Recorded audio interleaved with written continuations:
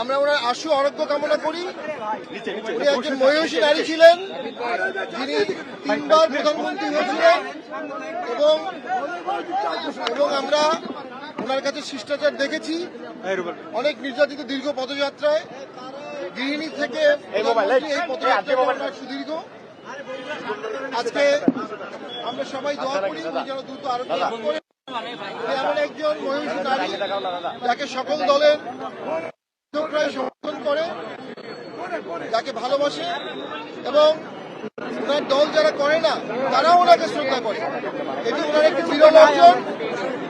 এই অর্জনের জন্য আমরা মনে করি বাংলাদেশে যেন আর কখনো প্রতিহিংসা রাজনীতি না আসে, বাংলাদেশে যেন আর কখনোই প্রতিহিংসা না হয়, নির্যাতন না হয়, রাজনৈতিক হয়রানি না হয়।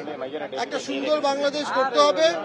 সেক্ষেত্রে আমরা দেখেছি গত সরকারের পতনের পরেও বেগম জিয়া কখনো কোনো প্রতিহিংসামূলক বক্তব্য দেননি।